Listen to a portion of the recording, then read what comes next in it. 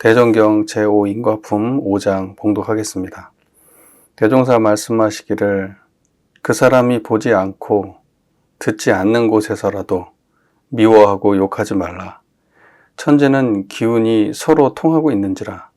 그 사람 모르게 미워하고 욕 한번 한 일이라도 기운은 먼저 통하여 상극에 씨가 묻히고 그 사람 모르게 좋게 여기고 칭찬 한번 한 일이라도 기운은 먼저 통하여 상생의 씨가 묻히었다가 결국 그 연을 만나면 상생의 씨는 좋은 과를 맺고 상극의 씨는 나쁜 과를 맺나니라. 지렁이와 지네는 서로 상극의 기운을 가진지라. 그 껍질을 불에 태워보면 두 기운이 서로 뻗지르고 있다가 한 기운이 먼저 사라지는 것을 볼 수 있나니 상극의 기운은 상극의 기운 그대로, 상생의 기운은 상생의 기운 그대로 상응되는 이치를 이것으로도 알 수 있나니라. 인거품 5장의 본문을 보면은 그 사람 보지 않는 곳에서라도 미워하고 욕하지 마라. 왜냐하면 기운이 통하기 때문에. 대종사님 그 본문 중에서 다른 사람들의 평을 잘 알지 못한 상태에서 쉽게 하는 거에 대해서 대종사님이 좀 뭐라 하시는 그런 내용이 나오기도 하고, 그 다음에 이제 그 계문에도 뒷담화하는 문제에 대해서 이제 이야기하기도 하고, 우리가 안 좋은 누군가에 대해서 안 좋은 마음을 내면은 반드시 상극의 씨가 심어지고, 안 좋은 면이 많다 하더라도 안 좋은 면을 중심으로만 보지 않고 또는 그 중에서도 좋은 면을 찾을 수 있다면 상생의 씨가 심어진다. 이제 이걸 이렇게 이해하면 됩니다. 이제 그거는 인과적 작용이 그렇다는 거죠. 왜냐면은 그러면 이제 이걸 이렇게 생각해 봐야 돼요.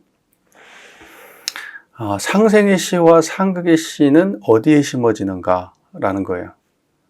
상생의 씨와 상극의 씨가 심어지는 그 밭이 무엇인가. 지금 여기에서는 천지는 기운이 서로 통하고 있는지라. 그 사람 모르게 미워하고 욕 한번 한 일이라도 기운은 먼저 통하여 상극의 씨가 묻히고 그 사람 모르게 좋게 여기고 칭찬 한번 한 일이라도 기운은 먼저 통하여 상생의 씨가 묻혔다가 결국 그 인연을 만나면 상생의 씨는 좋은 과를 맺고 상극의 씨는 나쁜 과를 맺나니라. 상생은 좋은 과, 상극은 나쁜 과. 그러면 이제 씨가 심어지는 곳이 어딘가? 여기서는 천지에 심어지는 거예요. 그러면 천지는 어딘가? 천지 그러면 여러분이 지금 보는 저 하늘이에요? 땅이에요? 사람들이 천지의 기운 이렇게 얘기하면 사람들이 천지의 기운 그러면 당신의 경험, 자기네들의 경험 세계 속에서의 천지를 볼 수밖에 없죠. 그런데 실제 천지는 뭐냐면 청정한 자리가 천지예요. 제가 예전에 말씀드렸다시피 심천, 심지의 경지를 천지라고 하는 거예요. 자, 기운이 통한다. 기운이 통한다. 자, 우리가 예를 들면 안 좋은 마음을 갖고 있다, 좋은 마음을 갖고 있다. 누군가에 대해서. 자, 안 좋은 마음이 어디에 심어져 있냐면 그 청정한 그 자리에 심어져 있어요. 무슨 말인지 이해되시잖아요. 여러분의 마음 바탕에다 심는단 말이에요. 그 다음에 안 좋은 마음이 드러난다. 그러면 그 심은 곳은 어디서 드러나요? 청정한 거기서 드러나요. 지금 제가 이렇게 말하고 저를 보고 계시잖아요. 이 소리를 듣고 저를 보고 계시잖아요. 이 소리와 그 다음에 저의 모습이 그 자리에서 비춰져요.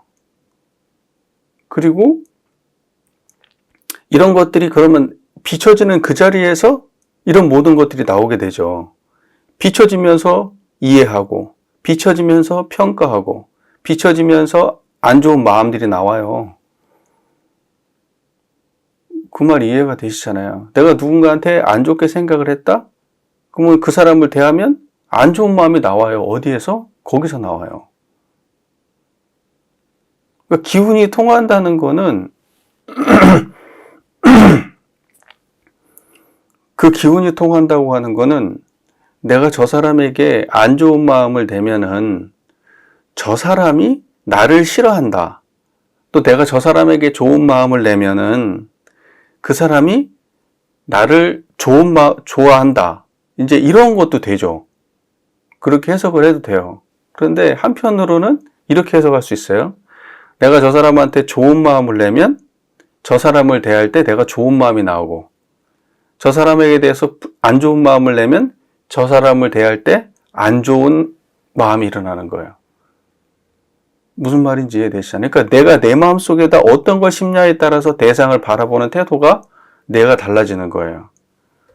그러니까 우리는 생각을 할 때는 관계 속에서 예를 들면 내가 내 마음에 심은 씨앗이 타인의 마음에 어떻게 전해져 가지고 저쪽에서 얼굴 한 번도 안 본 나를 갖다가 싫어할 수 있다. 이렇게 이해할 수 있고, 또 내가 그 사람에게 대해서 좋은 마음을 가지면 나도 모르는 사이에 어떠한 무엇이 전해져 가지고 저 사람은 나를 딱 처음 보는 순간부터 나를 갖다 좋게 생각한다. 이제 이렇게 생각할 수 있잖아요.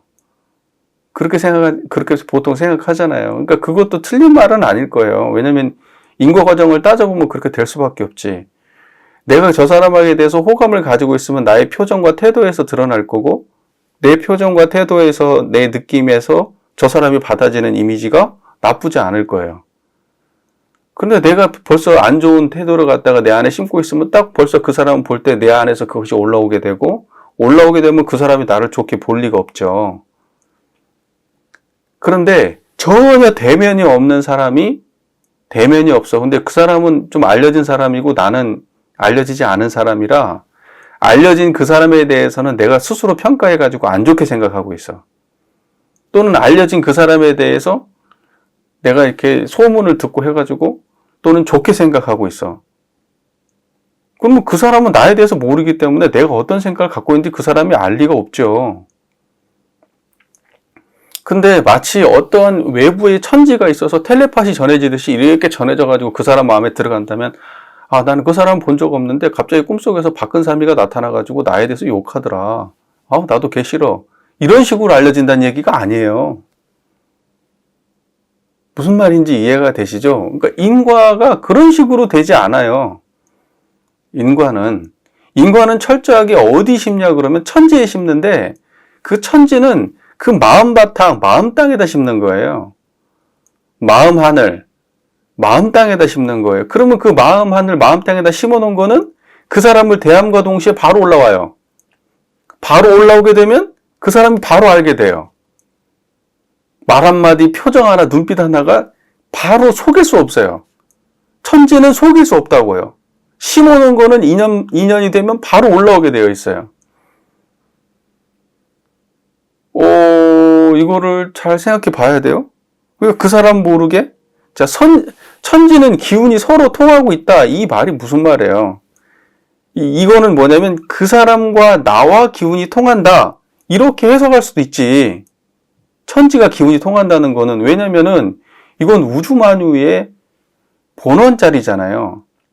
그러니까 어떤 기운이 됐든 그건 우주 만유에 속하는 얘기 아니에요? 맞죠? 좋은 것도 우주 만유 현상이고, 안 좋은 거 상생 상극, 또는 좋은 마음 안 좋은 마음이 다 우주 만유의 움직임이고 기운이고 현상이에요. 자, 근데 그 우주 만유의 본원인 이 자리는 청정하죠. 여기까지 이해가 잘 됐잖아요. 그러면 그 마음자리에서는 안 통하는 게 없는 거야. 예를 들면은 내가 그 마음을 심었으면 그 마음은 반드시 통해서 내가 대상을 보면 일어나게 돼 있다고요. 그러니까 통한다는 게 내가 내 안에서 통한다는, 그러니까 뭐냐면 청정한 이 자리 안에서 통하지 않는 게 없어. 자, 이 마음을 우주 마음을 천지 마음을 허공법계라고 말씀하시잖아요. 그러니까 허공법계 안에서 모든 천지 만물이 존재해. 내 마음이 있고요. 그 다음에 그 사람이 있어. 그 사람에 대한 평가나 어떤 좋고 싫음에 내 마음이 있어. 이 두 가지가 따로따로가 아니라 통해 있다고. 그래서 내가 그 사람에 대해서 마음을 내면 그 사람을 만남과 동시에 이 마음이 통한다고 이렇게. 이 말 이해되시잖아요. 그러니까 우리는 세상의 모든 것을 이해할 때 마음을 떠난 상태에서 이해하고 객관적 대상을 상정하면서 천지를 말하면 안 돼요. 인과는 다 마음 안에서의 작용이에요. 그러니까 청정한 자리 밖에 인과가 따로 있지 않다고요.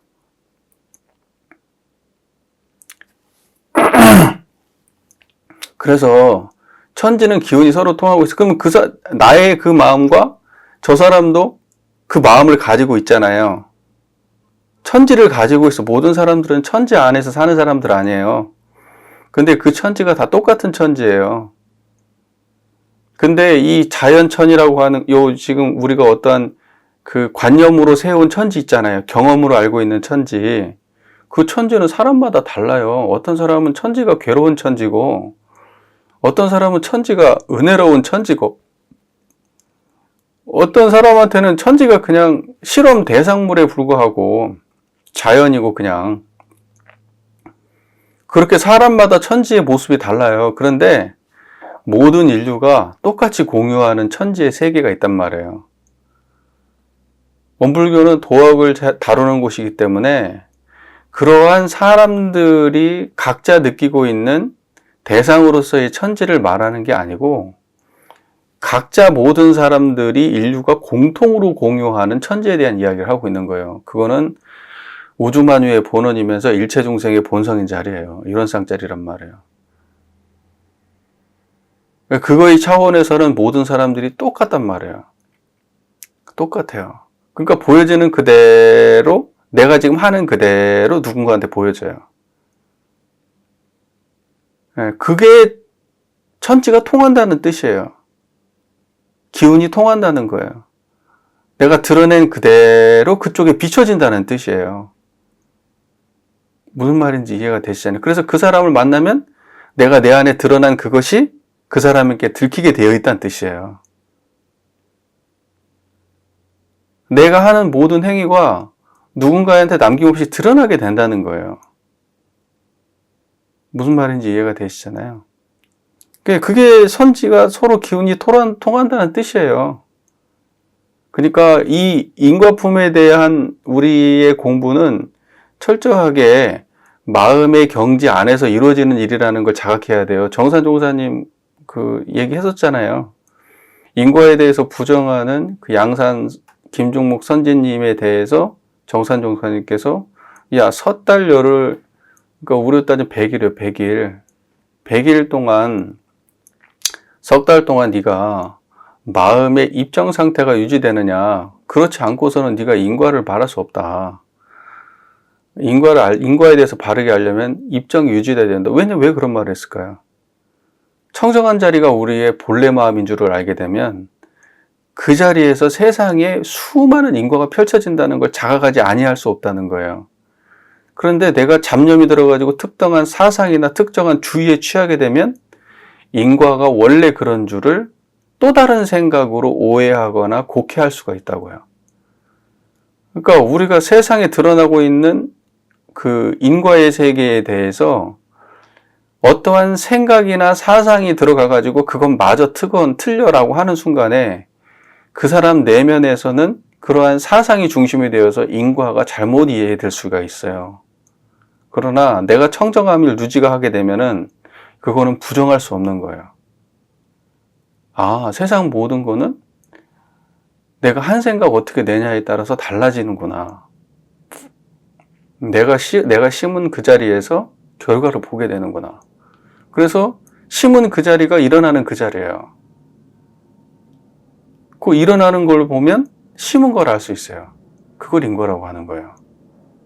그러니까 원인과 결과가 일어나고 사라지는 그 자리가 원인과 결과가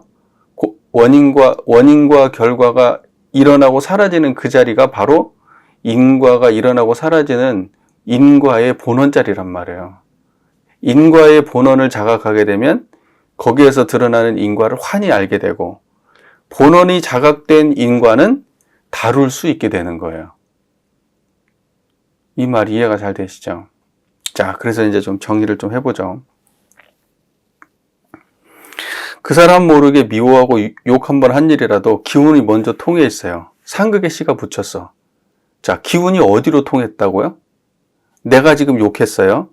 그 사람 미워하고 욕했어요. 그러면 그 사람이 지금 내가 욕한 거를 나를 얼굴을 안 보고도 혼자 알아챘다는 얘기가 아니고, 그 얘기가 아니고, 내가 그 사람의 욕한 것과 그 사람과 이 인과관계가 맺어졌어.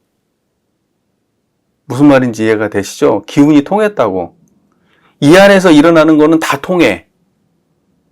우주만유의 본원의 자리에서, 그러니까 이 천지 안에서 일어나는 모든 일 있잖아요. 존재하는 모든 것과 그거에 대한 생각과 그거에 대한 평가와 그거에 대한 감정들은 다 통해 있다고. 기운이 통해 있어. 그 사람이 있고 그 사람에 대한 평가가 있으면 이 두 개는 이제 인연이 맺어진 거야. 내 마음 안에서 그 사람에 대해서 인연이 맺어졌어. 이게 기운이 통해 있는 거예요. 그러다가 상극의 씨가 묻혀 있는 거죠. 어디에? 그 자리에. 그 사람과 그 감정이라고, 그 판단과 감정이라고 하는 그 관계가 안 좋은 관계로 상극의 씨가 내 안에 묻혀 있는 거야, 지금. 청정한 그 자리에. 그러다가 그 사람을, 그 인연을 만나게 되면 그 인연을 만났어. 내 안에 이미 심어져 있어, 그 사람은.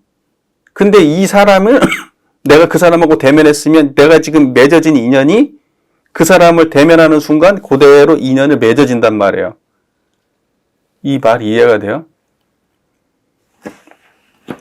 그 사람과 그 사람에 대한 나의 안 좋은 마음이 있어. 이거 두 개가 인연이 되어 있어.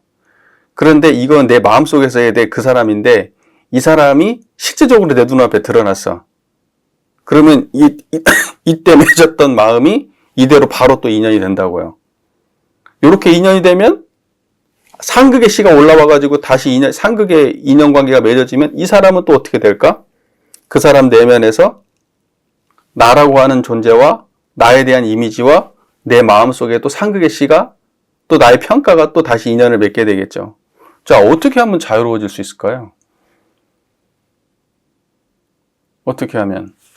그 사람에 대해서 어떠한 평가가 올라왔을 때 어떠한 결정적인 어떠한 내 마음의 저기보다 판단을 내리고 뭐 좋다 싫다 이런 식의 판단을 내리는 게 아니라 청정해야 돼요. 그 사람은 있어. 그런데 청정해야 된다고. 우리는 그걸 할 수 있어요.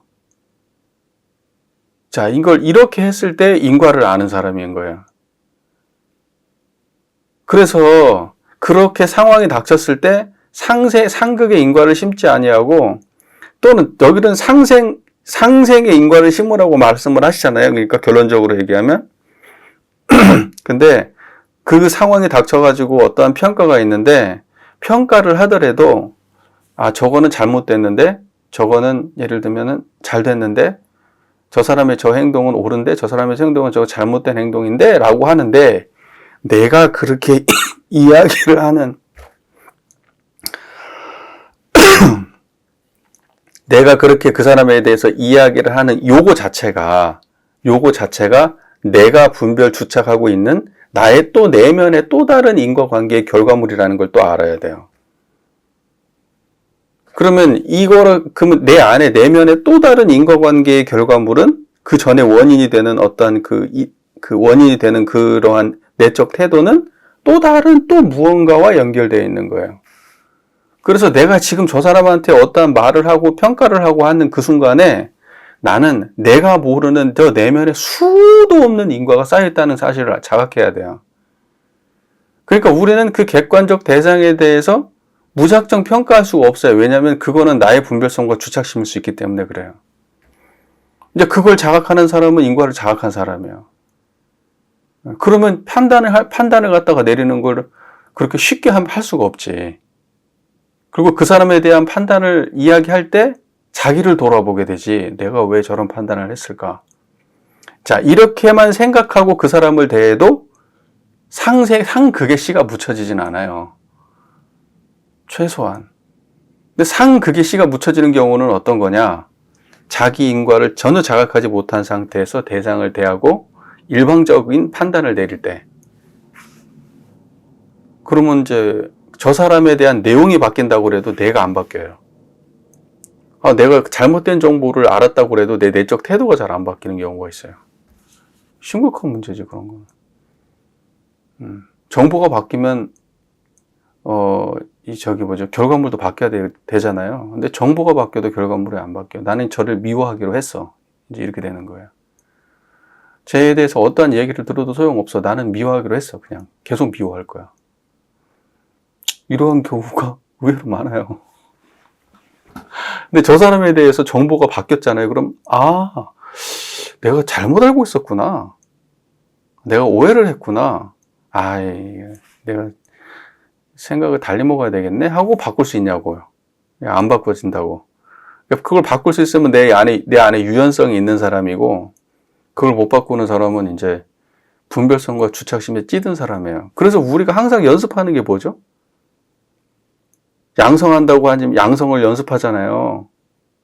일상적으로 해야 되는 게 양성이에요. 마음이 뚜렷하고 고요 분별성과 주착심 없는 경지를 항상 연습해요. 왜 그러겠어요? 내 내면의 나의 모습에도 끌리지 않고 밖에서 드러난 타인의 모습에도 끌리지 않기 위해서 그러는 거잖아요. 그래서 정신의 자주력을 양성하자는 거잖아요. 왜 정신의 자주력을 양성해요? 대상 경계에 끌리지 않기 위해서 자주력을 양성하는 거예요. 내 마음에, 내 안에서 수많은 분별에 끌려다니지 않기 위해서 자주력을 양성하는 거예요. 자주력을 양성을 해야지 내 판단의 노예가 안 되거든요. 내 감정의 노예가 안 되거든요. 그렇게 되어야만이 타인의 밖을 바라보는 시선의 노예가 안 되거든요. 그래서 자주력이 필요한 거예요. 자주력이라고 하는 거는 내가 내 주견을 세운다는 자주력이 아니에요. 내 고집을 피운다는 자주력이 아니에요. 이게 오해될 수도 있어. 자주력을 세운다고 하니까 모르는 사람들이, 정신수양에 대해서 모르는 사람들이 판단할 때는 자기 주견을 굽히지 않는다는 의미로 받아들이면은 매우 곤란한 거예요. 이거는 어떠한 주견에도 흔들리지 않는 경지를 세운다는 뜻이에요. 그것이 내 주견이든 타인의 주견이든 흔들리지 않아. 근데 이런 게 중요한 거지. 이런 걸 도학이라고 하는 거고 지혜라고 하는 거예요. 자, 그러면 이제 다시 한번 읽어보자면 그 사람이 보지 않고 듣지 않는 곳에서라도 그 사람을 욕하고 미워하지 마라.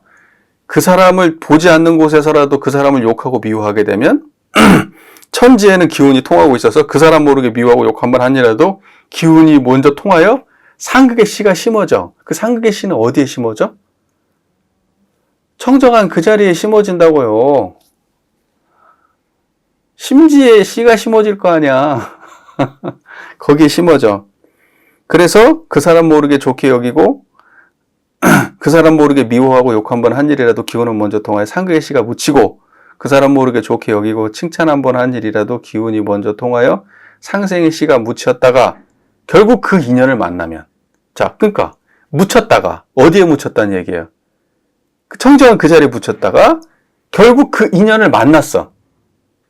그죠? 묻혔던 것이 촉발되는 계기를 만났어. 씨가 심어졌는데 햇빛이 쬐든지 물이 쏟아졌어. 자, 그렇게 되면은 상생의 씨는 좋은 과를 맺고 상생의 씨는 나쁜 과를 상생의 씨는 좋은 과를 맺고 상생의 씨는 나쁜 과를 맺어. 자, 그러니까 심어졌다는 건 어디 심어졌다는 거예요? 그 사람 마음속에 심어졌다는 거예요? 아니지. 문장의 맥락을 보면 상생의 씨든 상극의 씨든 내 마음자리에 맺어진 거예요. 거기 심어진 거예요.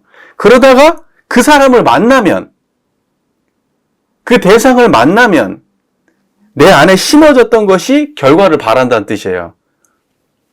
근데 우리는 이거를 항상 어떻게 생각하냐면 내가 그 사람 모르게 말 한번 좋은 말을 하거나 나쁜 말을 하는 그것이 나도 모르는 가운데 그 사람 마음에 심어진 것처럼 얘기를 해요. 항상 그렇게 이야기를 하지 않아요? 그러한 이유로 얘기하잖아요.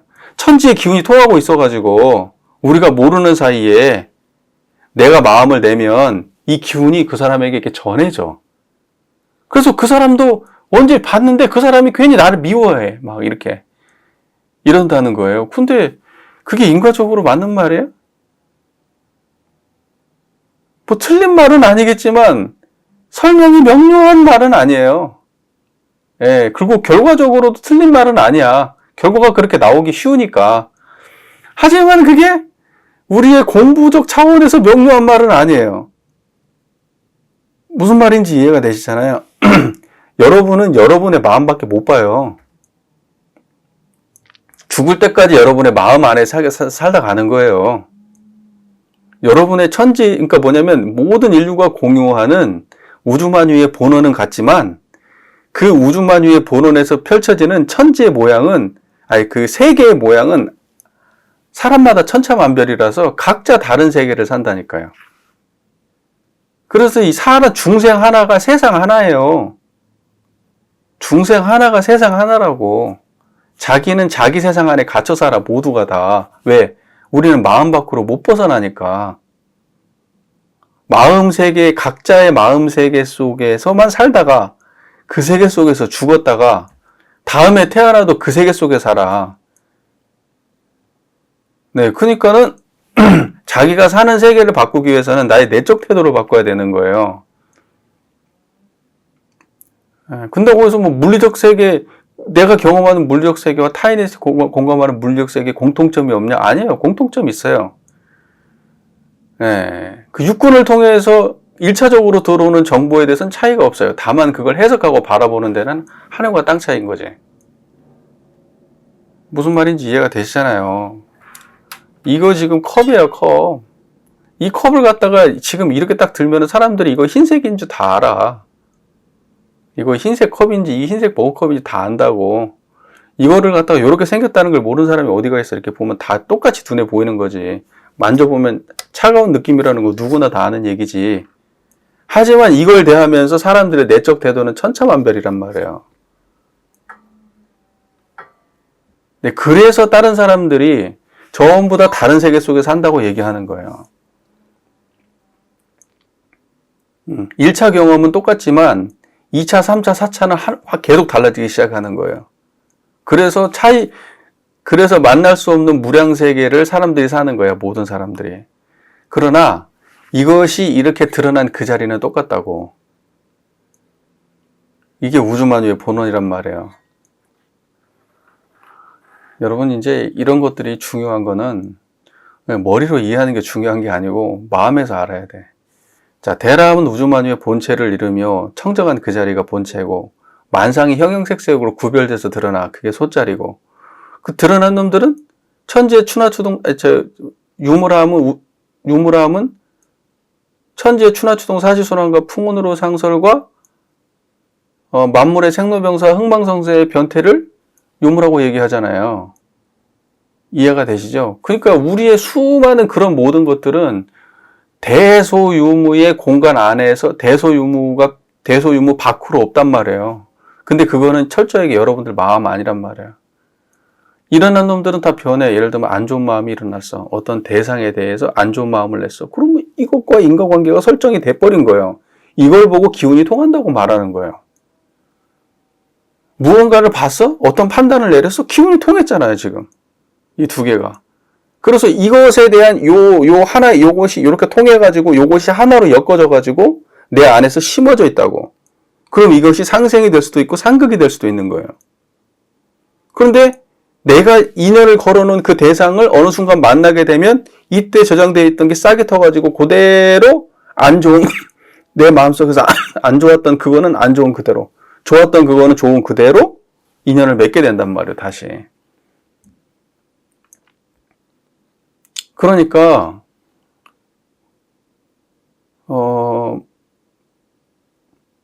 심어지고 나오는 곳이 똑같은 자리라는 것만 잊지 마세요. 심어지고 나오는 자리에 똑같은 것만 잊지 말고, 그 다음에 그것이 무조건 심어지기 때문에, 내가 일단 내면 무조건 심어지기 때문에 그거는 반드시 드러나게 되어 있기 때문에 심어질 때 이미 좋은 씨앗을 심어야 된다는 걸 잊지 말아야 돼요.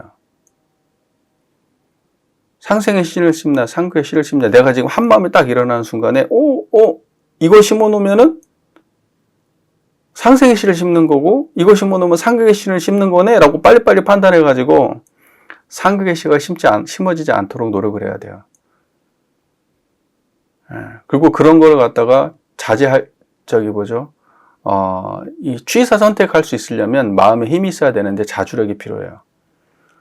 그래서 대상에 대해서 분별하지 않는 힘이 필요한 거예요.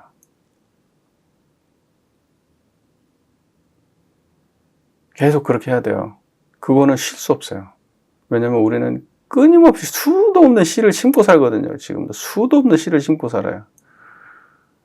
어떤 씨를 심고 사는지 그걸 계속 자각해야 돼요. 근데 저 같은 사람들은 어때요? 어떤 씨를 많이 심었을까? 불만의 씨를 많이 심은 거예요. 불만의 씨. 교단에 대해서 불만족한 씨를 많이 심었어. 그러니까 그러한 이야기나 그러한 상태가 딱 되잖아요. 그러면 불만족이 바로 나와버려요. 바로 나와버려요. 그럼 저는 이제 어떻게 앞으로 공부를 해야 돼요? 상극의 씨를 많이 심었잖아. 이 상극이라고 하는 거는 서로 이렇게 대질리는 씨를 심었다는 거예요. 상생은 살려주는 씨를 심었다는 거고. 그러니까 상생이든 상극이든 근데 이 상생 상극도 근본적에 들어가 보면 우리가 인과적으로는 상생보다는 상극의 씨를 심는 것이 분명히 맞지만 이 유상의 차원에서 우리가 바라본다 그러면 상생도 상극도 사실은 뭐냐면 치우치는 씨앗이에요. 상극의 씨앗도 치우치는 씨앗이고 상생의 씨앗도 치우치는 씨앗이에요. 무슨 말인지 이해가 되시죠? 그러니까 예를 들면은 이게 마약을 하는 사람들에 대해서 또는 폭력을 행사하는 사람들에 대해서 내 마음속에서 어떤 사람들은 폭력을 좋아해. 폭력에 친근하고 그걸 동경하는 사람들이 있어요. 그리고 어떤 사람들은 너무 싫어해. 그런 사람들이 있어요.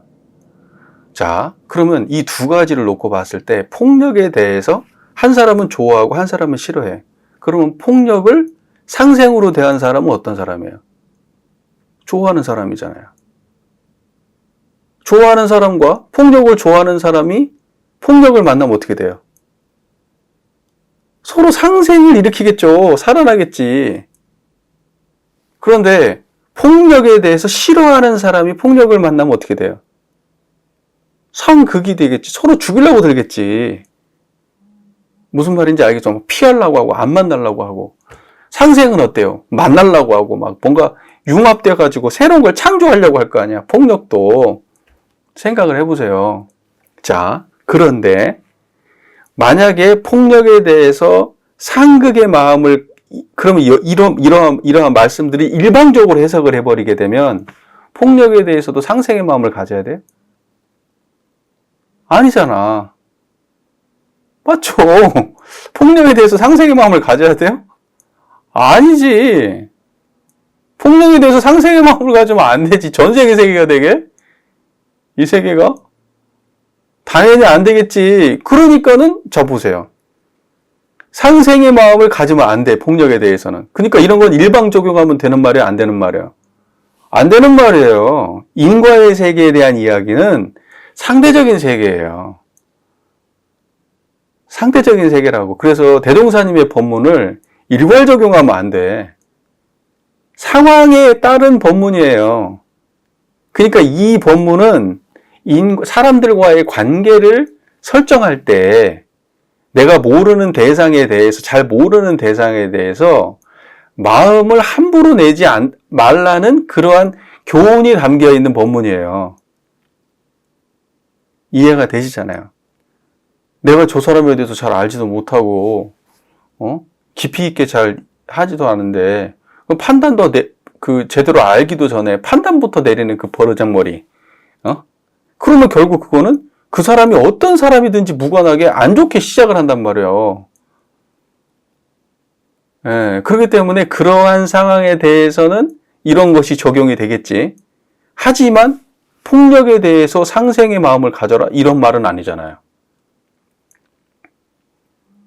자, 그러면 폭력에 대해서 상극의 마음을 가져야 돼요? 무조건 부정해야 돼요?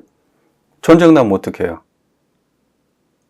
내 가족에 대해서 누군가가 내 가족을 죽이려고 총 들고 들어왔어요.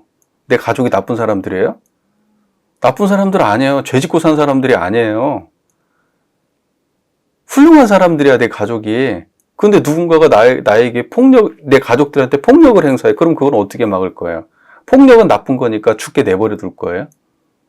더 큰 폭력을 써서 그걸 막아야 될 거 아니에요. 내 가족을 지키기 위해서 그 사람을 해쳐야 될 거 아니에요. 자, 보세요. 그럼 그때의 폭력은 뭐예요? 그것도 폭력인데.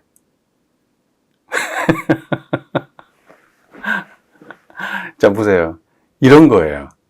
이런 거란 말이에요. 그래서 인과의 세계는 절대화할 수 없다. 절대화할 수 없다. 그렇기 때문에 상생이든 상극이든 어떠한 상황이, 어떠한 대상이 되었든지 상생으로 인과관계에 대해서, 인연관계에 대해서, 모르는 인연관계에 대해서 무조건 부정적으로 보는 그러한 태도는 분명히 우리가 고쳐야 되고 상생으로 바라봐야 되지만 세상의 모든 것을 다 그런 태도로 대하는 것은 옳지 않죠. 그러면 어떤 것이 가장 근본적이고 안전한 거냐? 가치 중립적으로 바라보는 거예요. 가치 중립적으로. 다시 말해서 분별성과 주착심 없는 태도로 세상의 모든 대상을 대하는 거예요.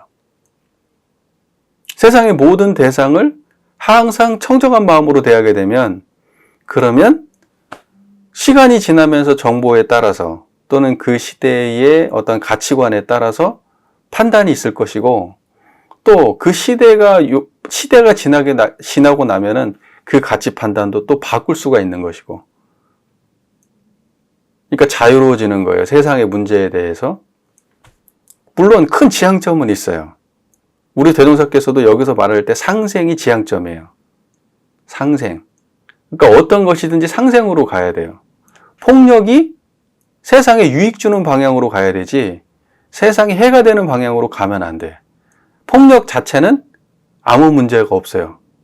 우리는 사실 뭐냐면 세상에 대해서 엄청난 폭력을 행사하고 있어요. 우리도 모르는 가운데. 우리가 돈 줘가지고 육류를 사 먹잖아요.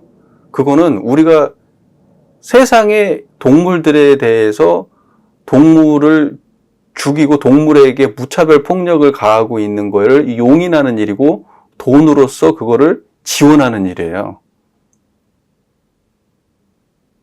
그러니까 우리는 세상을 향해서 폭력을 행사하지 않고 살지 않아요. 우리도 모르는 가운데 우리가 산다고 하는 거는 인간이 산다고 하는 거는 세상을 훼손시키고 그리고 세상의 어느 생명을 죽여가면서 사는 거예요. 그래서 그 인간이라고 하는 존재는 자기가 생명을 부자하는 동안에 반드시 세상에 가치롭고 이타적 행위를 해야만이 인간은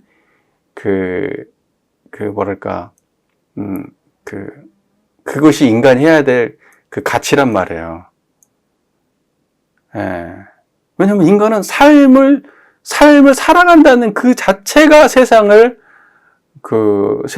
세상에다가 폭력을 행사하고 있는 일이거든요. 인간이 산다는 것 자체가. 근데 인간만 그런 거 아니면 세상에 살아가는 모든 존재가 다 세상에다 폭력을 행사하면서 살아가는 거예요.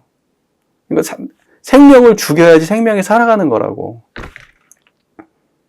그래서 심지어는 인도에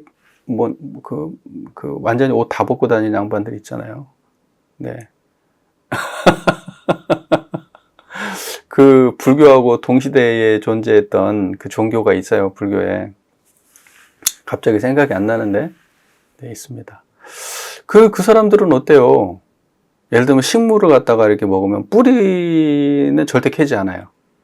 뿌리를 캐면 식물을 죽이는 일이니까. 이파리만 따서 먹어요. 뿌리 쪽은 안 먹어요. 뿌리를 캐면 죽으니까. 예를 들면 그 열매 따서 먹고요. 물 같은 것도 체에 걸러 먹어요. 왜냐면 벌레가 들어가면 안 되니까. 바닥을 쓸고 다닌대요. 왜냐면 개미를 밟으면 안 되니까. 자, 이제 그렇게 살지 않는 이상에는 그럼에도 불구하고 과연 살생이 전혀 없겠냐? 아마 아닐걸. 그럼에도 불구하고 살생 안 할 수 없죠. 네, 그러니까는 이제 살생을 했다는 거를 살생을 할 수밖에 없기 때문에 소신공양을 해. 파리가 물어뜯으면 파리가 물어뜯게 냅둬요. 아니 모기가 피를 빨아먹으면 모기 피를 빨아먹게 냅둬요. 네. 그렇게 사는 사람들도 있어요. 자인하교. 그 불교에 동시대에 있었던 그것도 아주 고행주의죠. 불교도 사실은 고행주의인데 거기는 진짜 지금까지도 고행주의 굉장히 열심히 실천하고 있죠. 자인하교. 자인하교 사람들이 엄청 부자가 많다고 하잖아요. 말이 좀 샜는데 왜 그러냐면 살생을 안 하니까. 살생이 제일 계율이거든. 살생을 안 하면 이제 뭐 하냐. 그러니까 이제 금융업하고 이제 이런 거 하는 거예요. 직접적으로 살생하지 않는 일.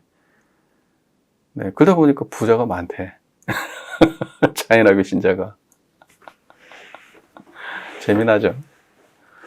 그 사람들 지금도 빨개 벗고 다닙니다. 네, 하반신 덜렁덜렁 하면서 다녀요. 네. 진짜요. 완전히 오픈하고 다녀요. 네. 네, 지금도 계속 마을마다 돌아다니면서 걸식하고 살고. 네. 자, 제가 하고 싶은 이야기의 본질을 아시겠죠? 예, 하고 싶은 이야기의 본질가 상생상극이라고 하면 분명히 우리는 상생으로 가야 돼요. 상생은 대종사께서 말씀하신 사은사상에서 예를 들면 천지연 따지면 천지보온의 도를 다하는 게 상생의 길이에요. 천지보온의 도를. 부모 그러면 부모보온의 도를 다하는 게 상생의 길이고, 법률을 대하면 동포 대하면 자리타의 도를 다하는 게 상생의 길이고, 그 다음에 법률을 그러면 정당한 법을 지키는 것이 상생의 길이에요. 예, 그러한 일들을 가는 것이 상생의 길입니다. 그렇게 하기 위해서 우리는 근본적으로 뭘 해야 되냐? 법신불 이론상을 청정한 그 자리를 떠나면 안 돼요. 항상 여기에 근본되어야 그 길을 갈 수가 있는 거예요. 대상을 향해서. 말씀드렸다시피 폭력이라고 하는 게 그렇게 안 좋은 거지만 때에 따라서는 폭력이 세상의 평화를 유지한다고 해석을 한단 말이죠.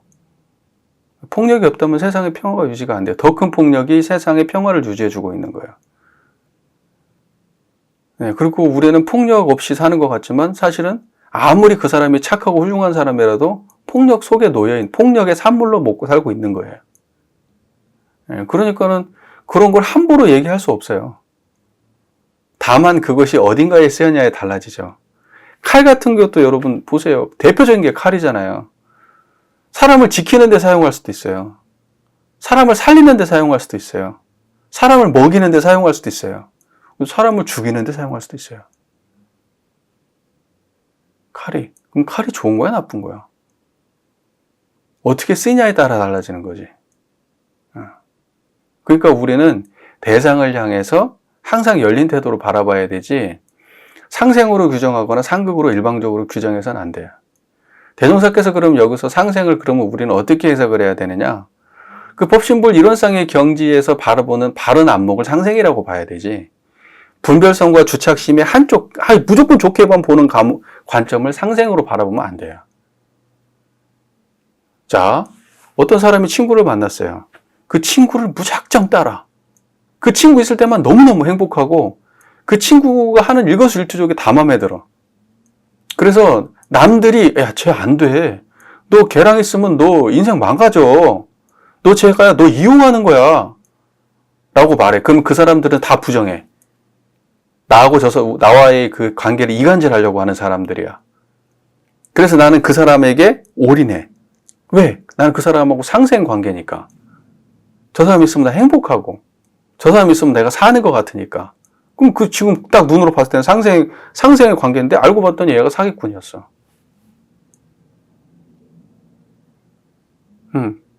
그럼 어떻게 되는 거예요?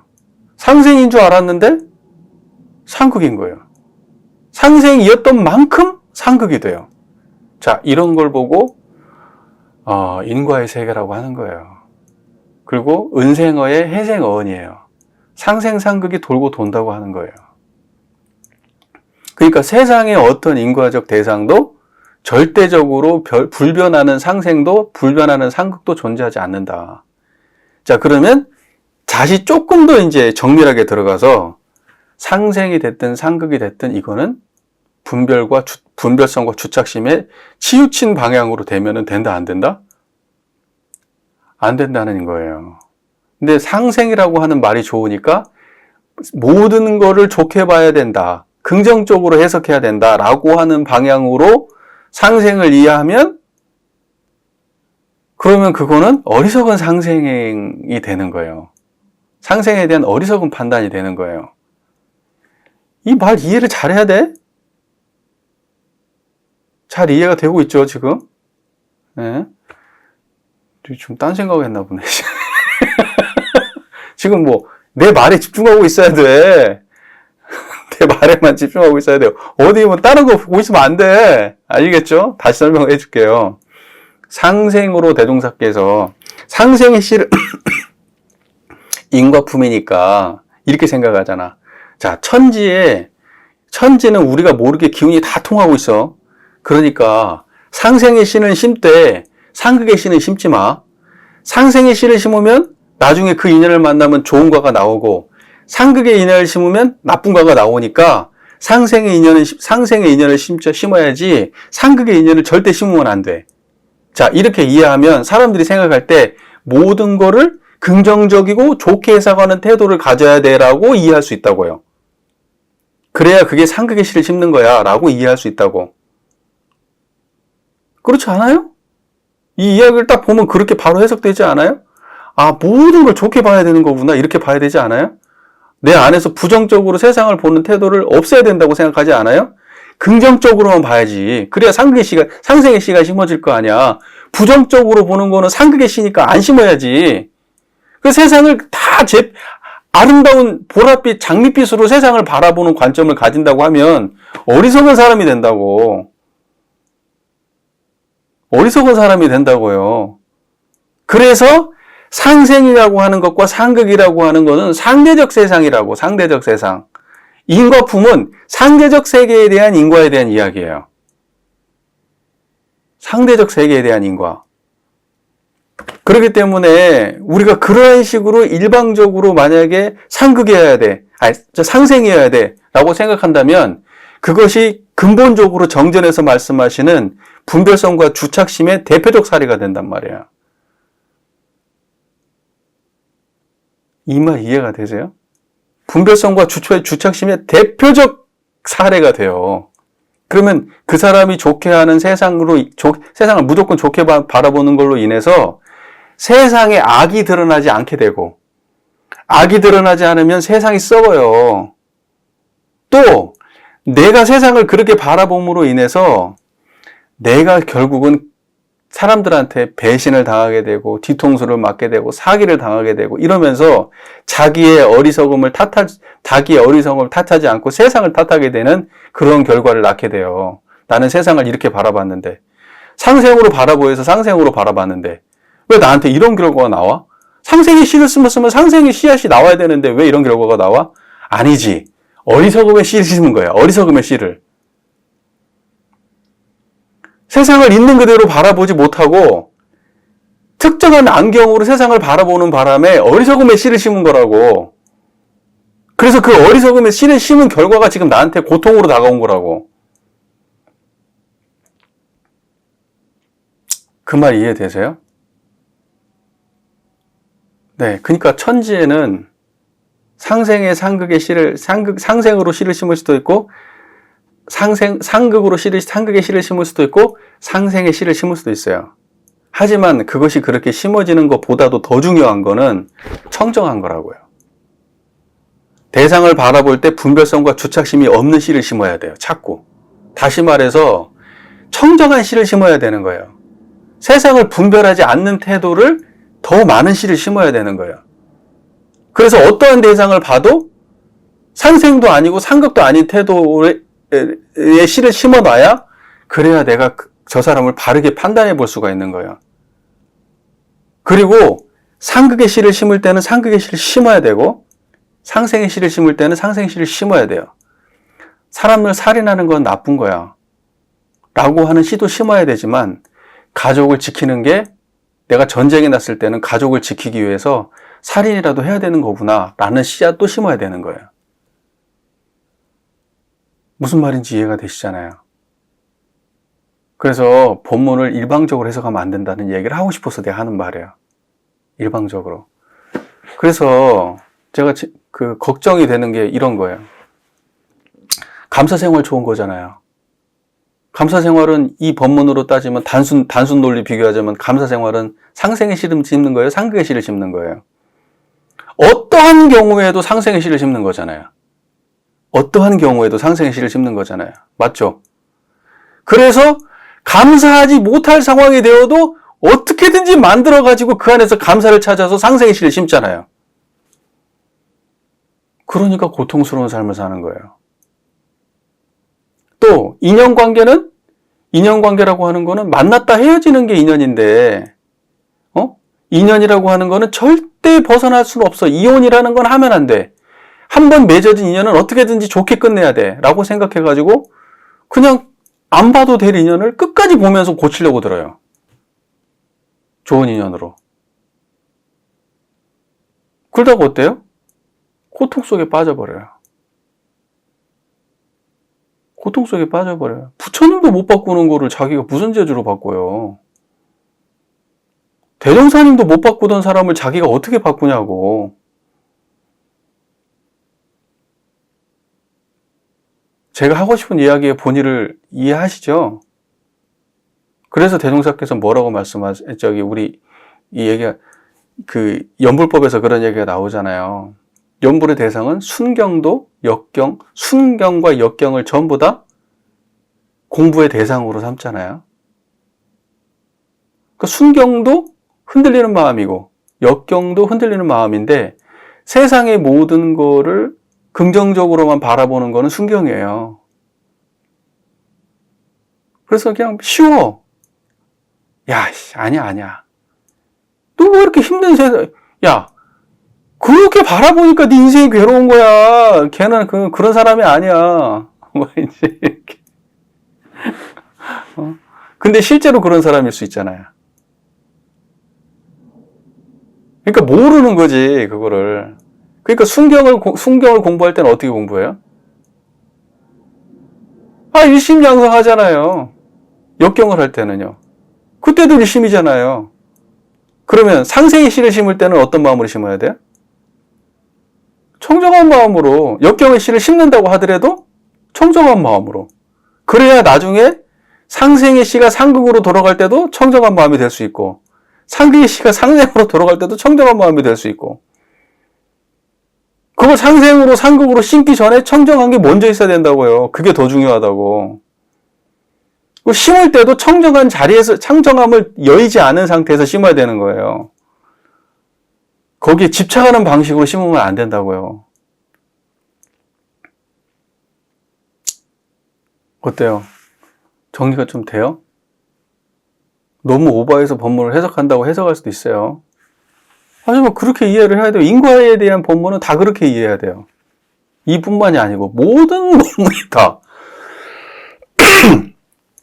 그리고 심어진다고 할 때 심어지는 자리는 어디라고요? 청정한 이 자리라고요. 그리고 심어진 게 어디서 인연된다고요? 어디에서 기운이 서로 통한다고요? 청정한 이 자리에서요. 그리고 이것들이 나올 때는 어디에서 다시 또 싹이 발효돼서 나온다고요? 그 자리에서요. 모르는 사람들은 그냥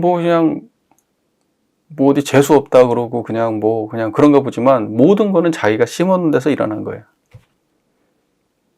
나는 저 사람과의 그 관계를 안 좋게 안 맺었어요. 예를 들면 난 그 사람 처음 보는 사람이야. 근데 저 사람이 날 미워해. 나는 저 사람에 대해서 안 좋은 생각 한 적 없는데 저 사람 나한테 왜 그러지? 근데 생각해 보니까 내가 인간에 대해서 예를 들면 어떤 씨를 심었냐면 말을 함부로 하는 씨앗, 표정을 찡그리는 씨앗, 부정적으로 말하는 씨앗 이런 거 심어놓은 거야. 근데 그거 싫어하는 사람 만나면 어때요? 안 좋지. 내가 그 사람하고 개인적 인연관계 없어도 그 사람의 나의 그런 태도 보면 표정 보면 싫고 그런 거 아니에요. 그러니까 또 우리는 딱 그걸 단순하게 생각해. 난 그 사람과의 개인적 1대1의 인과를 심은 적 없다라고 말하겠지. 아니에요. 저 사람이 다 싫어하는 거는 내가 심어놓은 인과 때문에 싫어하는 거예요. 그럼 그 사람은 그러면 나를 싫어하는 것이 일방적으로 내가 심어놓은 인과 때문에 날 싫어해? 아니에요. 지가 심어놓은 인과 때문에 나 싫어하는 거예요. 나는 예를 들면, 나는 그 사람들이 별로 안 좋아할 만한 행위를 별로 하지 않고, 저 사람한테도 말 조심했고, 할 거 다 했어. 근데 쟤는 날 싫어해. 왜? 그냥 내가 잘생겨서 싫대. 내가 잘 나가서 싫대. 또는 내가 못생겨서 싫대. 또는 남자여서 싫대. 또는 여자여서 싫대. 그럼 그 문제 누구한테 있는 거예요? 내가 남자라서 문제가 나한테 있는 거예요? 그 사람이 문제를 자기가 마음속에다 수도 없이 엉뚱한 분별성과 주착심을 엄청나게 많이 심어놓은 탓에 자기가 그렇게 평가하고 사는 거잖아요. 그러면 내가 그 사람한테 휘둘려야 돼요? 아니잖아요. 아니잖아요. 근데 왜 문제를 나한테서 찾아? 저놈이 잘못한 건데. 내가 이래서 공부하는 사람 보면 답답해 죽겠다는 거예요. 이 어설프게 공부하는 사람들 보면. 저 사람이 잘못하려고 말해야 될 자리에서도 그렇게 말을 못해. 왜? 이 공부병에 걸려가지고 공부하는 사람은 그렇게 생각하면 안 된다고 생각하니까 모든 문제 원인을 자기한테 찾는 거야. 무슨 말인지 제 말 이해돼요? 아니, 남자라서 싫다는 건 도대체 무슨 말이야? 어떡하라고, 그게, 그러면. 가난해서 싫대. 또는 부자라서 싫대. 저렇게 생겨서 싫대. 그런 놈하고는 안 만나야지. 그리고 내가 해야 될 일은 뭐예요? 그 사람에 대해서 어떤 평가도 내리지 않고 끝내는 거예요, 그냥. 그 자리에서. 빠이빠이, 안녕히 가세요. 똥이 더러워서 피하지, 무서워서 피하는 거 아니니까. 그리고 정리하면 될 거를. 공부에는 그런 마음 내면 안 돼. 저 사람한테 불공을 해야 돼. 맛있는 것도 갖다 주고, 말도 예쁘게 잘하고, 유무념으로 챙겨가가지고 그냥 열심히 해줘야 돼. 그래서 저 사람이 날 좋아하게 만들어야 돼. 그게 공부냐고. 어리석은 짓이지, 그게 왜 공부예요.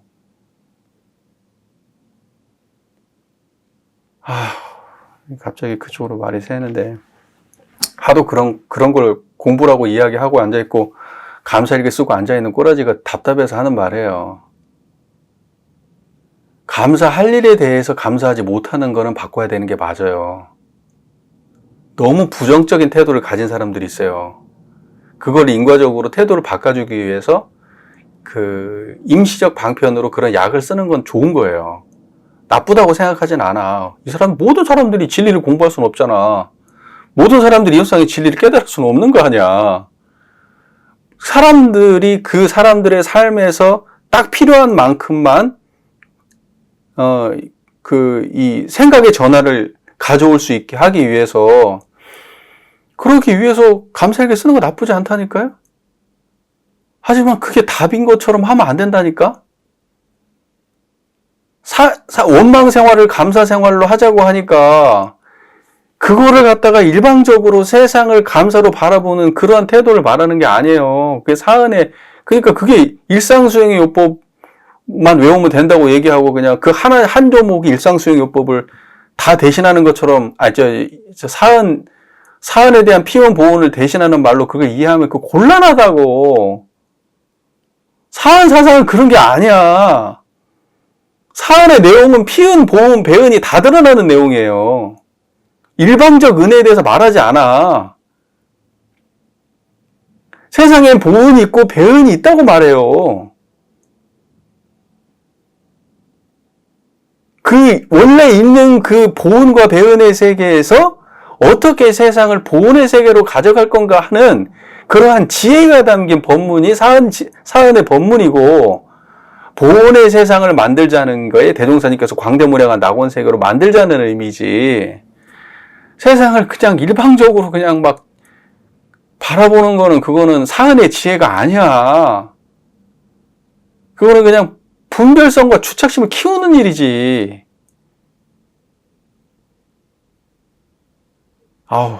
그러니까 정정 공부를 똑바로 하고 뭘 공부를 해야 돼요. 정정 공부를. 그리고 정정 공부를 똑바로 하기 위해서는 이론상에 대한 이해가 분명해야 돼. 이론상 모르는 상태에서 정전을 보니까 이 답답한, 그리고 그걸 모르는 상태에서 대종경을 보면은 또 대종사께서는 어느 상황에 대해서 말씀하신 본문을 그냥 막 도색을 해버려. 도색으로 그냥 막 상극은 안 돼. 무조건 상생해야 돼. 이렇게 상생상극의 업력을 벗어나라고 말씀하셨잖아요. 상생상극도 다 업력이라고. 참여문에 안 나와요? 능히 상생상극의 업력을 벗어나 죄복을 자유로 할 수 있나니. 그러니까 죄복을 자유로 하는 경지를 추구해야 되는 거지, 상생의 업의 가치는 그러한 공부를 하는 게 공부가 아니라고. 그러면 상생의 업을 키우지 마라? 아니, 상생의 업도 추구를 해야지. 인과의 세계 속에서 사람들한테 그런 좋은 말도 해야 되고 긍정적인 생각도 심어줘야 되고, 그러나 그거보다 더 근본적인 거는 상생상극의 업력을 벗어나는 지혜라고. 말이 많이 길어지는 것 같은데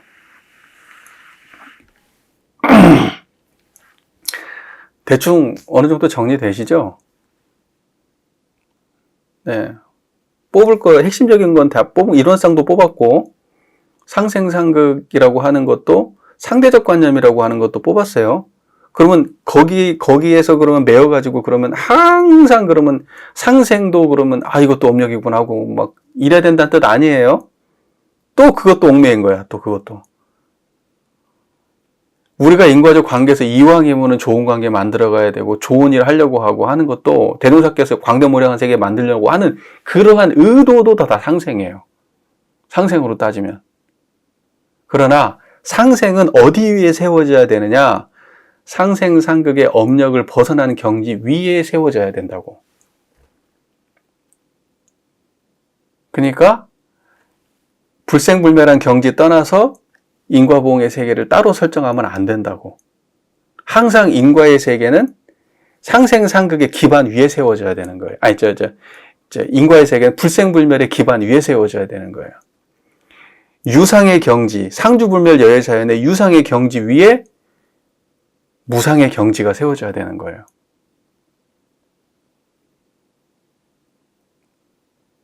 그게 인과예요. 이 정도 하죠. 우리가 보통 보면은, 이거냐, 저거냐를 선택해야 되는 상황도 있는데, 이거냐, 저거냐, 오른쪽이냐, 왼쪽이냐, 좌냐, 우냐, 그렇게 선택해야 될 상황도 있는데, 그러면 이런 선택도 있어요. 나는 모르겠어. 그럼 그것도 선택이에요. 근데 예를 들면 이렇게 적극적으로 나는 모르겠어, 판단이 안 서 라고 하는 판단을 하고 있는 게 우리 인간이에요. 그러니까 우리 인간은 한순간도 판단하지 않고 살지 않아요. 예를 들면 요새 무기력한 사람들이 많죠. 캥거루족들도 있고 40대가 넘어서도 부모님께 얹혀 사는 사람들이 많아요. 나 그냥 조금 벌고 그냥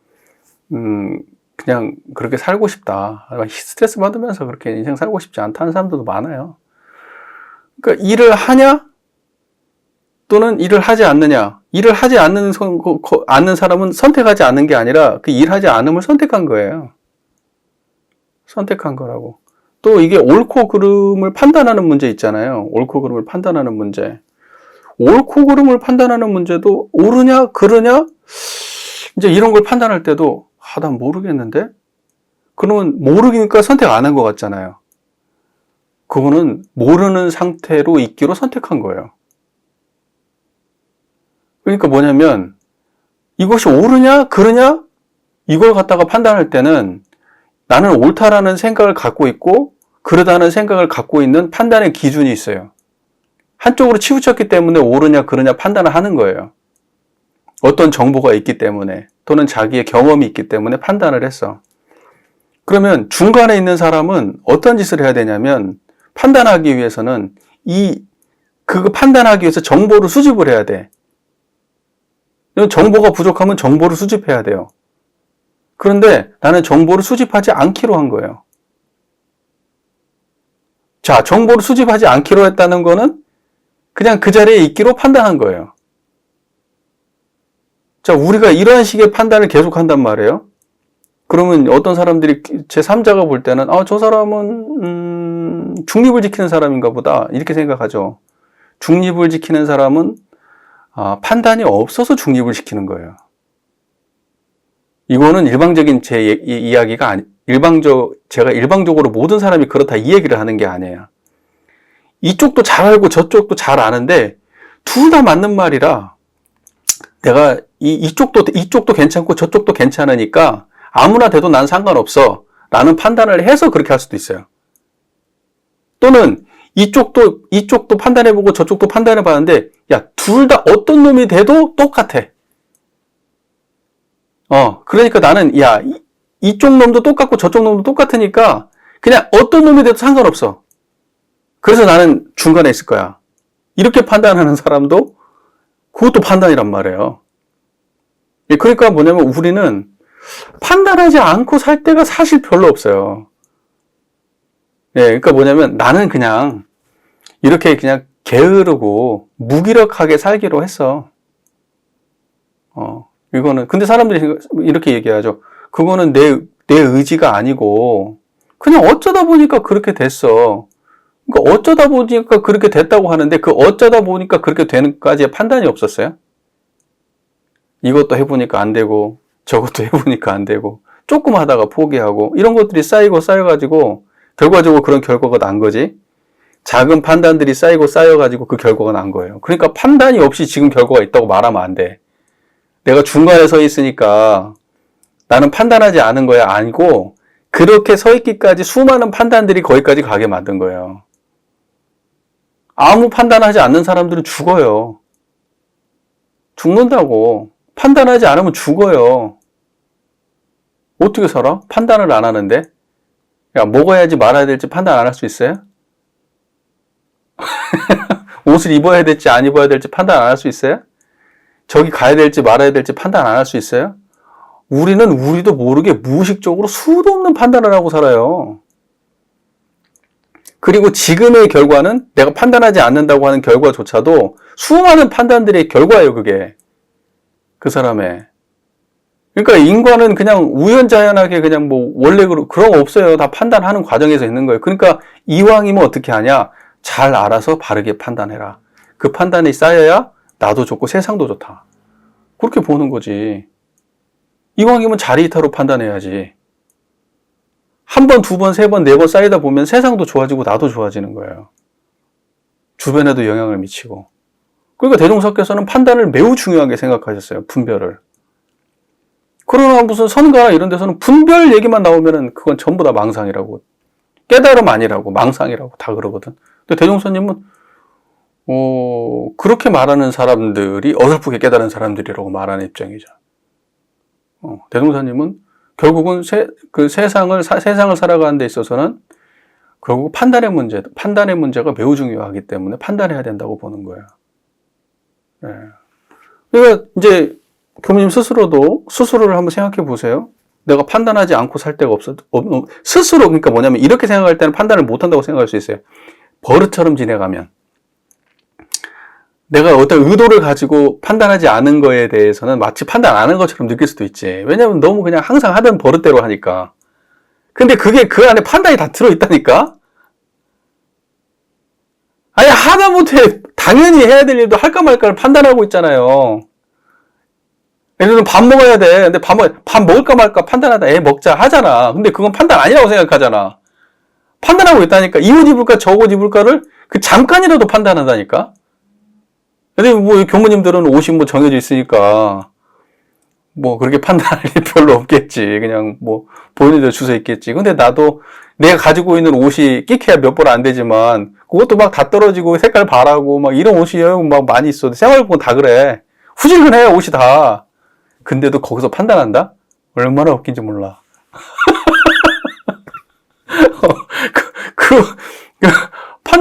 그 판단하는 게 너무 웃기잖아. 나는 그리고 옷도 뭐 다 비슷비슷해. 판단하는 게 웃긴데 거기서 판단하고 앉아있어. 얼마나 웃기냐. 그러니까 우리는 무조건 판단하고 살아요. 그러니까 판단하지 않는 경우 없어요. 그 본인 스스로가 지금 내가 판단하지 않는 것처럼 착각하고 있는 거야. 그리고 그렇게 판단하지 않는다고 생각하는 그것도 수많은 판단들이 쌓여서 그렇게 된 거야. 예, 그 판단 안 하고 사는 게 없어요, 인간은. 인간은 분별의 동물이라고 얘기하거든요. 그래서 분별이라는 것이 구분지어서 한쪽을 취하는 게 취사간택. 그 불법에서는 분별한다 또는 취사간택한다 이런 말 쓰거든요. 그런 존재를 중생이라고 해. 근데 자기가 중생이면서 판단 안 한다고 얘기하면 안 되지. 중생이 왜 어떻게 판단을 안 해? 중생은 판단 속에서 헤어나지 못하는 게 중생인데, 분별 속에서. 판단하고 있는 거예요. 그렇게. 나는 안 하기로 했어. 그러면 그냥 안 하는 거에 대한 과부를 받고 사는 거예요. 생각을 안 하기로 했잖아요? 그러면 생각 안 한 거에 대한 과부를 받아야 돼요. 네. 생각을 하기로 했어요. 그러면 생각한 거에 대한 과부를 받는 거예요.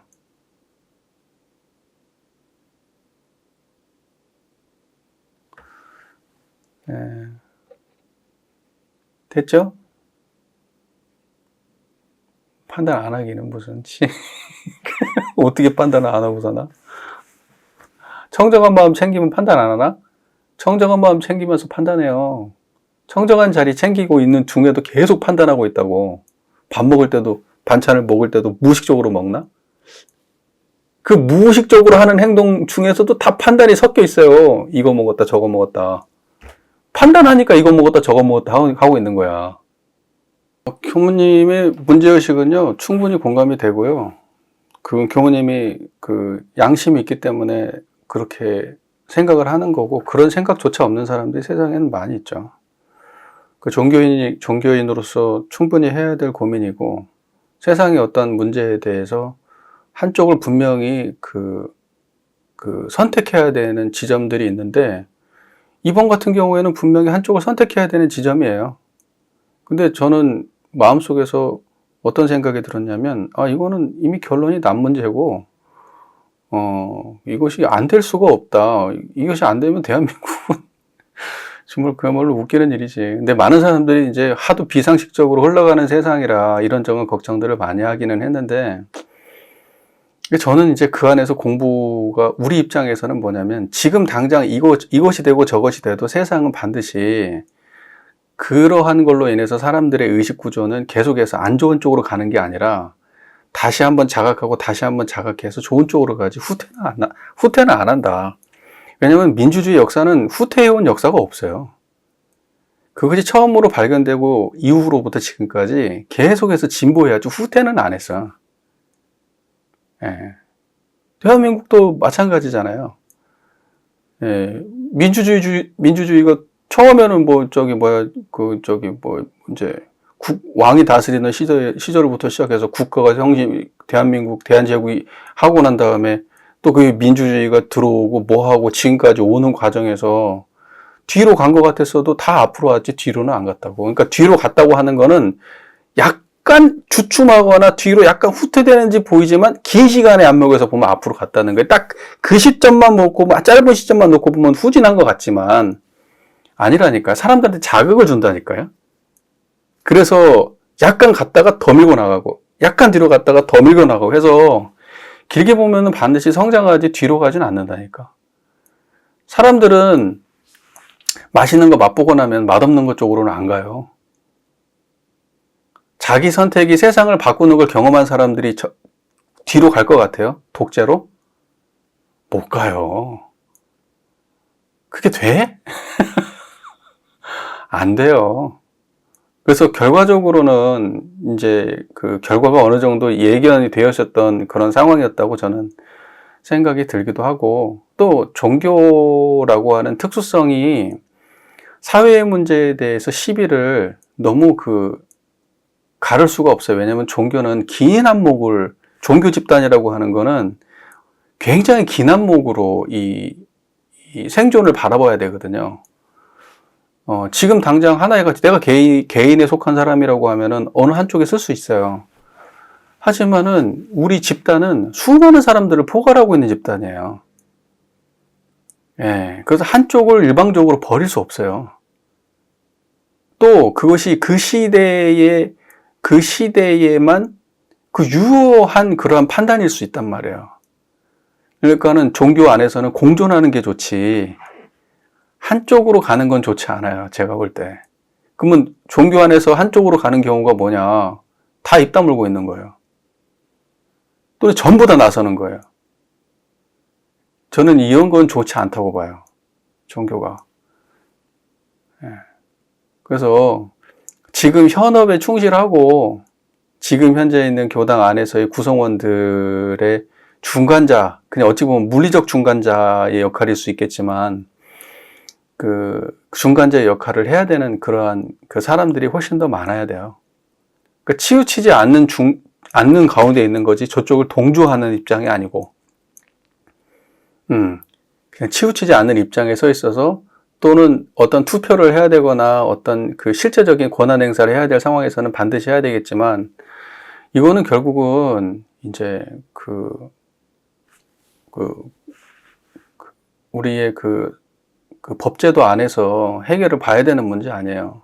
물론 그것이 그 여론의 국가의 여론 그 목소리가 크게 반영되는 부분이 있고 정치적 행위가 반영되지 않는다고 말할 수 없기 때문에 우리가 많이 노력을 하긴 하지만 결과적으로는 그쪽의 의견을 들어야 되는 거예요. 만약에 이제 우리가 한쪽을 얘기했는데 그게 그렇게 안 됐다?